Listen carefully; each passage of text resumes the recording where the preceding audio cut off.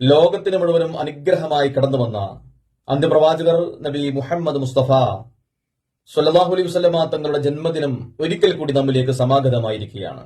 റബീഉൽ അവൽ 12-ന് ലോകവിശ്വാസികൾ മുഴുവനും സന്തോഷിക്കുകയാണ്, ഈ ഒരു സുദിനം ആഘോഷിക്കുകയാണ്.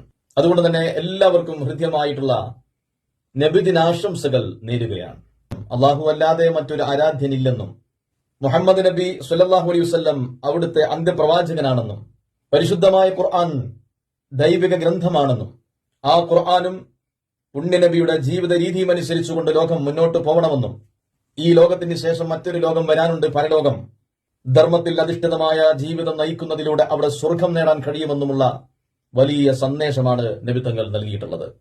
അതുകൊണ്ട് തന്നെ നാം ഈ ഒരു സന്ദേശം നമ്മുടെ ജീവിതത്തിലുടനീളം മുറുകെ പിടിക്കുകയും മറ്റുള്ളവരിലേക്ക് അത് എത്തിച്ചു കൊടുക്കുകയും ചെയ്തുകൊണ്ട് നബിദിനം നാം ആഘോഷിക്കണം. അള്ളാഹു തൗഫീഖ് നൽകട്ടെ.